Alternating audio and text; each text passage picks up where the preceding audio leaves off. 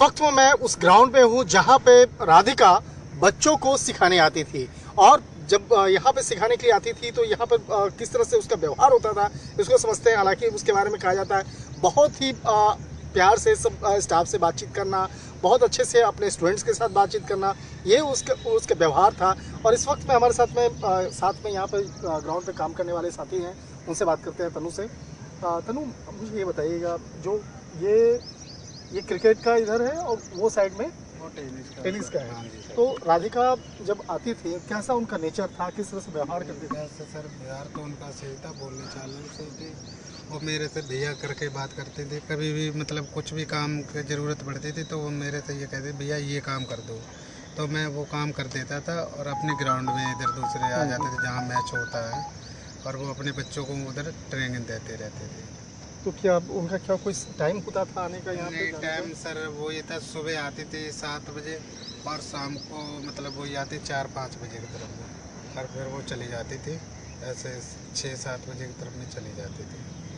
तो उनका वो जो आती थी तो अकेले उनका? वो अकेले आती थी टेम्पो से, और कभी कभार बच्चों को जो पेरेंट्स वगैरह थे उनके साथ चले जाते थे, बच्चे भी चले जाते थे। वो कहते थे कि भैया जहाँ तक जा रहे हैं वहाँ तक छोड़ देना, वहाँ से हम अपने घर से। अच्छा। तो यहाँ पे उनके साथ में और भी उनके जो सर्वन और कौन क्या आते थे बताइए? पेरेंट्स के मम्मी पापा आते थे, और मतलब जो बच्चे थे वो आते थे सर। और कोई साथी उनका? और जो मतलब क्या सर नाम था, भैया नाम कहा था उनको सर को?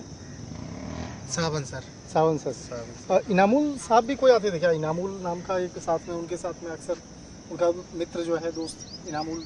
नहीं, और तो सर मतलब उनके सर के साथ में कोई आता था, तो उनका नाम तो नहीं पता, एक सर यहाँ आते थे, सर को मैं जानता हूँ।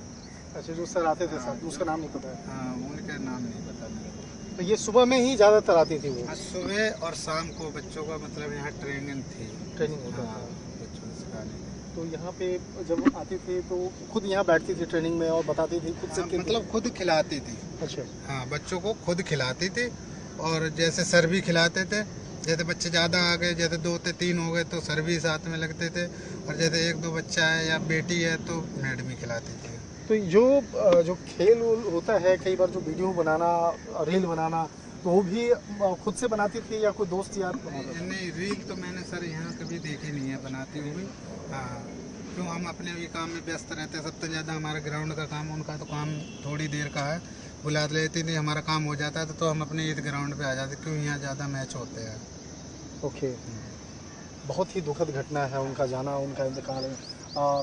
आप तो देखे हैं साथ में उठना बैठना, यहाँ पे उनके खेल देखते हैं। मतलब बोलने बरताने का मतलब उनका सही था, मतलब कोई वैसे नहीं, बहुत अच्छी लड़की थी। मतलब कभी उनके पापा आए यहाँ पे? नहीं सर, वो कभी नहीं आए हैं यहाँ पे।